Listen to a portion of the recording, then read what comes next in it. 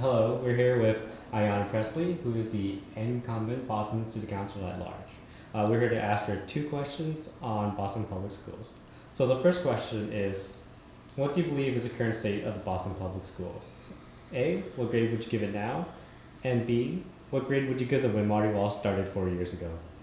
All right. Well, first, I just want to say thank you to DigBoston for the platform and the opportunity and for what they do every day to educate and empower folks with information. And, I believe that there are pockets of really incredible things happening in our Boston Public School District. Enrichment opportunities, academic rigor. The challenge is that access to those programmatic opportunities, to those enrichment opportunities, to those support services is not equitably being accessed or distributed. And so I find that very challenging. I do have to say that I have found Superintendent Chang and his cabinet to be very accessible and open to having hard conversations, especially when talking about disparities and inequities in the school district. I have partnered with them on an expectant and parenting team policy to strengthen pathways to graduation for at and proven risk teens who could have been on path to dropping out. I think that goes a long way in breaking poverty's cycles of poverty.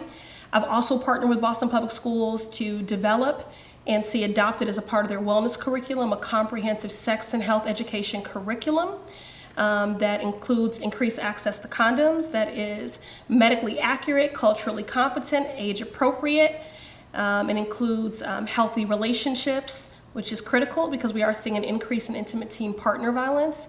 I've partnered with Boston Public Schools in reforming the quality of school food.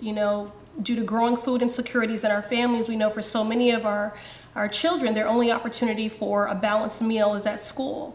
And that was one of my main issues of grievance, is that the quality of the food was not fresh.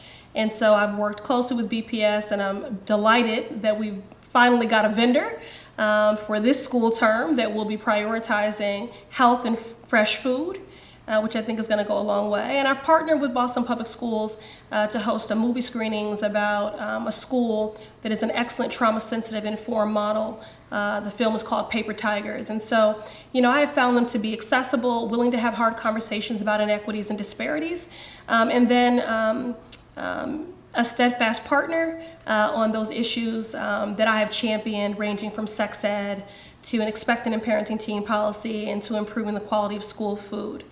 Barack Obama once said that our educators are nation builders because they build up our children who go on to build up the world.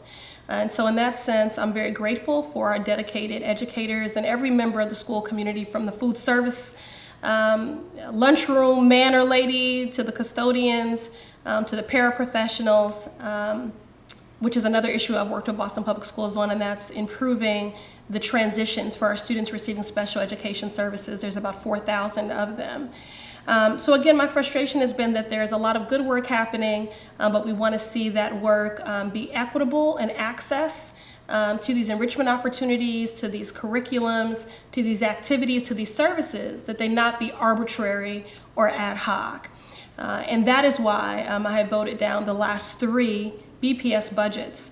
One of the issues that I'm most passionate about as a child, growing up in a household where I experienced my fair share, and was exposed to my fair share of trauma, I know that trauma is a barrier to learning. So to me, when you're talking about grading a school district, I would not make it about test scores and rigor. The first place I begin is with student health, because ultimately healthy students are better learners. But forget academic outcomes. We just want these students to grow up to be well-adjusted, contributing, healthy adults, and it all begins here. So that's the lens whereby I grade all of it. And so until I see a comparable investment according to the recommendations of the American Pediatric Association, that we have a nurse in every school, that we have clinicians, 1 for every 500 to 700 students instead of 1,100, and other very contrasting and sobering statistics like that, I won't be satisfied, because for me, it really all begins with student health. And so I'm going to continue to push and advocate and to partner with BPS until we see that. Ultimately, I think there's a vision there, and there's a will to see that vision realized. And certainly equity is at the center of that, but there's not a funded mandate. I don't think it's about more money. I think it's about a commitment, a prioritization, and alignment of how we will dedicate and allocate those existing dollars. And for me, the priority should be student health. And so until I see that investment, I will not be voting in the affirmative for a BPS budget. Okay, well, thank you. So I think you've touched a lot of the second question, but maybe there are things you want to say. So the second question is, what specifically are you going to do to improve them? A, how many schools are you going to visit? B, what programs would you add or subtract? And C, how much more money, if any, do you think the schools need? Okay. So the first thing I would say is that in terms of how I engage our schools and our students, I'd say on average, I probably visit anywhere from 10 to 15 schools a year.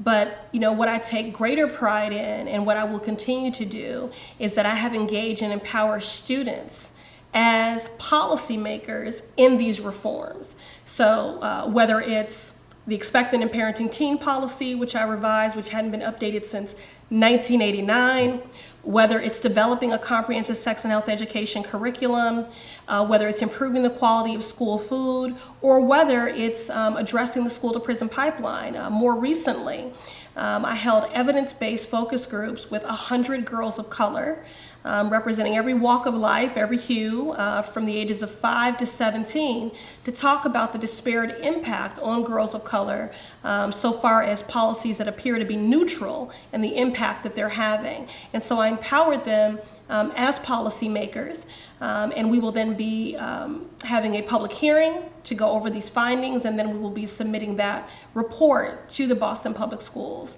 And so, what I'm committed to is engaging our students and our families as reformers, as policymakers, as change agents, so that the vision that we have and that I know the Boston Public Schools shares ultimately is one that can be actualized. So that's what I've done, and that is what I will continue to do. All right, thank you. This is Ayanna Pressley, who is the at-large incumbent Boston City Councilor. Thank you for having me.